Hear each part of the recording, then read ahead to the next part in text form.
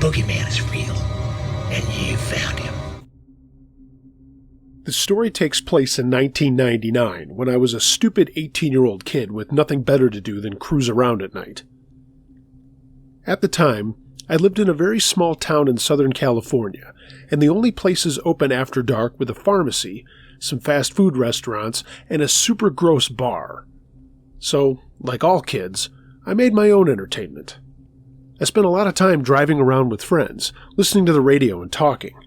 It was better than sitting around our parents' houses, I guess.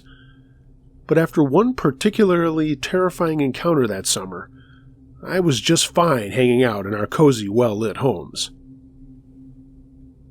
One night, my friend Shauna and I decided to do our usual loop around the main part of town, out behind the high school and back to our houses via the freeway. We'd been driving for about an hour, and it was close to 11 p.m. when we decided to do one last loop before calling it a night. Along the way, we noticed some guys in another car. I don't remember how many there were, at least two, the driver and the passenger, but there might have been more. We first noticed them at a red light, stopped in the lane to our left. "The guy over there is checking you out," my friend said. I tried to play it cool and pretended like I was looking at the totally boring scenery. "Oh wow, an abandoned gas station, I have to see this. Oops, caught your eye, tee-hee." Sure enough, the passenger of the car next to us was checking me out. I don't really remember what he looked like, but it was 1999 and this was a real white trash town, so probably like Fred Durst. Anyway, I gave him a small smile, turned up our radio, and sped off as the light changed. The car stayed a normal distance behind us, and my friend kept looking over her shoulder, telling me to slow down so we could see if they were cute.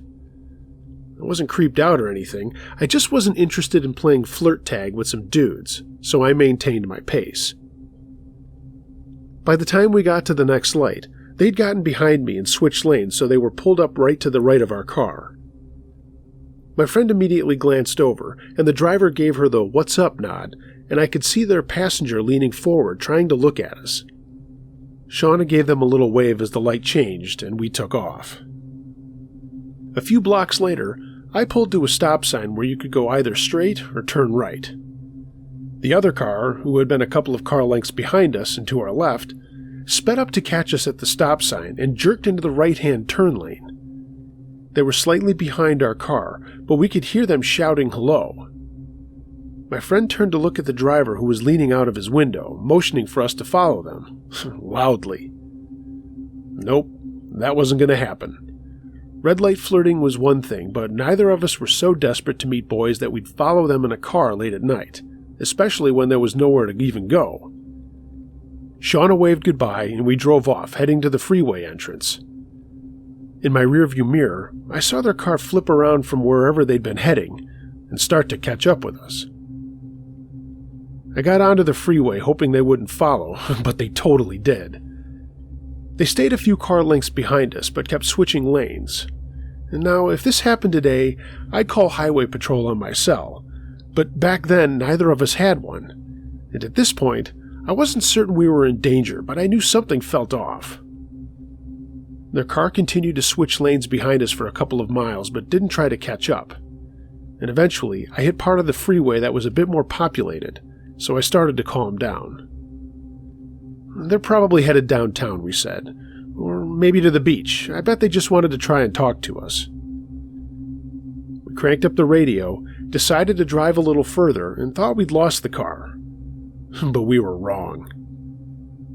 About 15 minutes later, we exited the freeway and turned around to head home. I'd been driving for a couple of minutes when I saw a car pull off the shoulder of the road and start following us. At first I thought it was a speed trap, but almost instantly I saw that it was the same car from earlier. They'd been waiting for us on the side of the road. They caught up to my car on the passenger side, and in my peripheral vision, I could see the driver gesturing angrily to us. Neither of us could tell what he was saying, but Shauna started shouting, I don't know, in response, and doing the "I'm sorry" gesture with her hands. I tried to keep my eyes on the road, but I was also like, holy fuck, what's going on? So I kept glancing over. And then it happened. The driver pulled a gun out of his lap and tapped it on the inside of his car window at us. Shauna immediately threw her seat back, which, like, yes girl, save yourself, but thanks for giving them a clear shot at me. I looked over and saw the driver's face, which was absolutely furiously contorted with rage. He was shouting so hard I remember seeing spit all over the window, which he was still tapping the gun against. I don't know what kind of gun it was. Black? It was dangerous looking. I began reviewing a mental map of the area, trying to figure out the easiest way to get to a police station. We were about 6 exits from where we started, and I knew there was a fire station pretty close to there, so I decided to floor it and try to outrun them. I quickly gained distance and pulled into their lane, which was the fast lane and closest to the exits. They were driving some kind of Toyota sedan, and I was in a Honda with a lot of pickup, so I managed to clear out pretty fast. But they caught up. They pulled into the lane to my right, and I could see the driver waving his arm outside the window. The passenger was flipping us off out of his window, and then pulled what looked like a crowbar, waving it out the window like a fucking war boy looking for victory on Fury Road. I am getting off at the next exit and I'm heading to the fire station, I told Shauna. They're basically cops, right? Or at least they can call the cops, and we're gonna be fine. I said this and reached over to grab her hand. Bitch was still flat, but she was crying and shaking.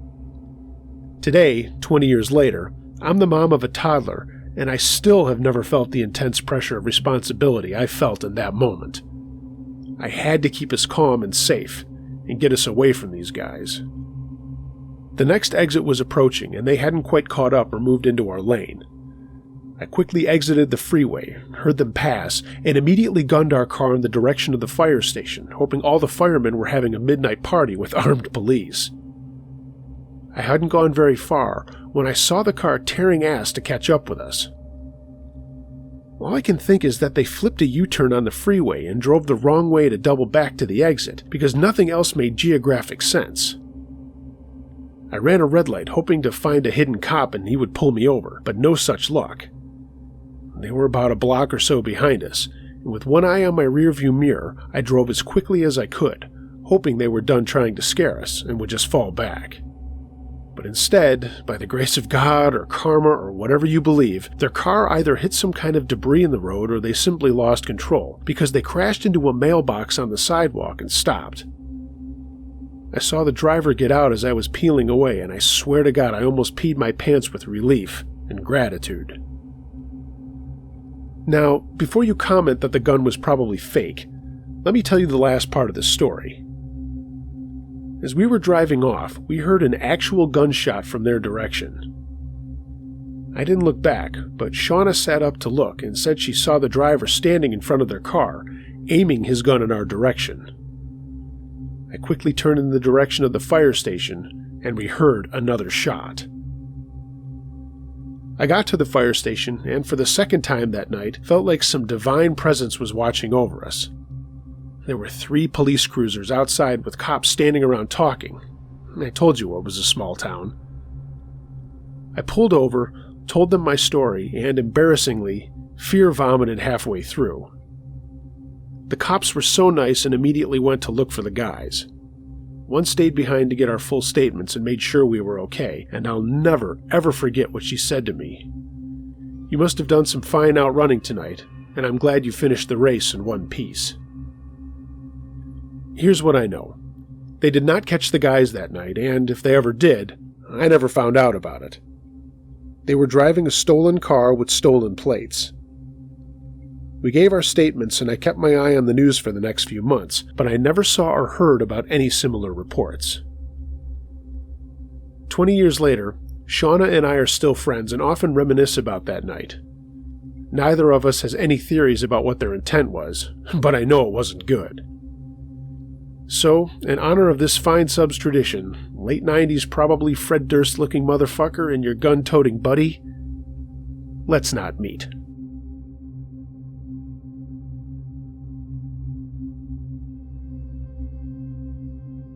I just wanted to share a series of experiences that my son had when he was 4 years old.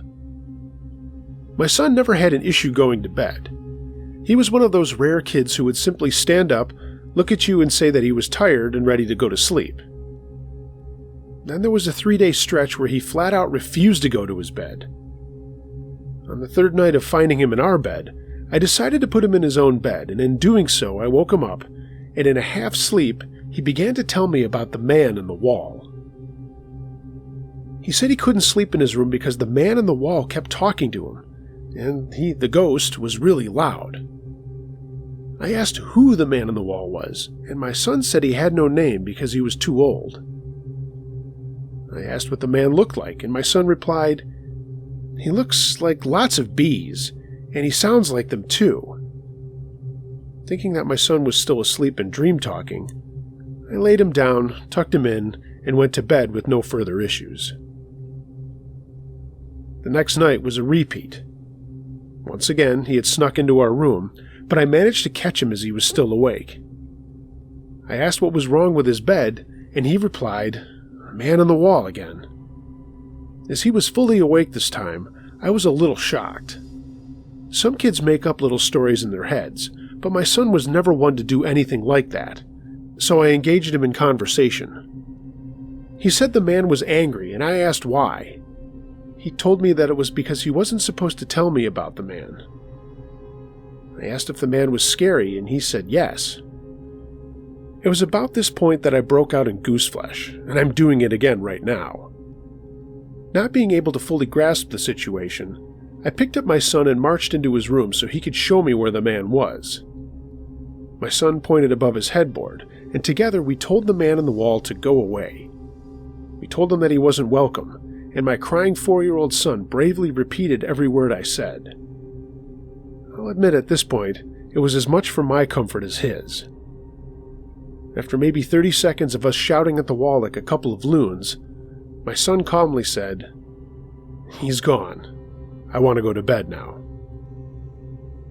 For nearly 2 weeks, everything was calm. We went on with our lives as usual without any issues, and the bedtime routine was back to normal. I had all but forgotten about the man on the wall until the night to end all nights. After tucking my son in, I went to the kitchen to clean up before my wife got home. Needing a dishcloth, I walked to the linen closet in the hallway next to my son's room, and I could hear his whispering, so I placed my ear to the door. He was talking quietly. Being able to hear only one half of the conversation, I had difficulty grasping the context at first, but then it became clear to me that I was listening to my son explain to the man on the wall that he couldn't come in. This went on for several minutes, and it was like something or someone was trying to outsmart him. I'll paraphrase here, but the conversation went like this. "I can't. My dad said no. No, it's too high. The window is too small. You can't come here. My dad will be mad. You're going to hurt me, I know. Ask my dad, why? Can I ask my dad? I don't like you when you get mad." At this point, I went in. My son turned to me, his bottom lip shaking, and he said, "The man on the wall keeps hitting my window. He wants to come in." I then told my son to tell the man on the wall to go away, and once again, my son sat in my arms as we yelled, both nothing and everything all at once. My pulse started pounding as I stared up at the newly cracked upper window pane. A few years later, I looked out of the front window and saw this old fellow standing at the base of our driveway looking up at the house. He stood there for several minutes, smoking a cigarette and just staring.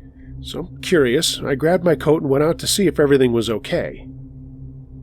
The old fellow assured me that all was well, and he told me he wanted to see the house one last time before he moved into a nursing home. He told me that he was the second owner of the home, having purchased it from the family of the original builder.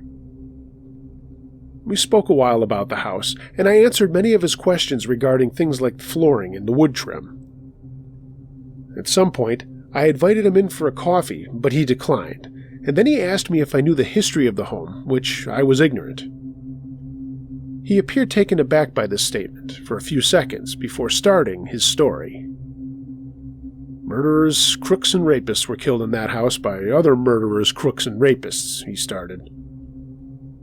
"That house was built by the Purple Gang from timbers stolen on Belle Isle, a nearby community. They used this place as a safe house.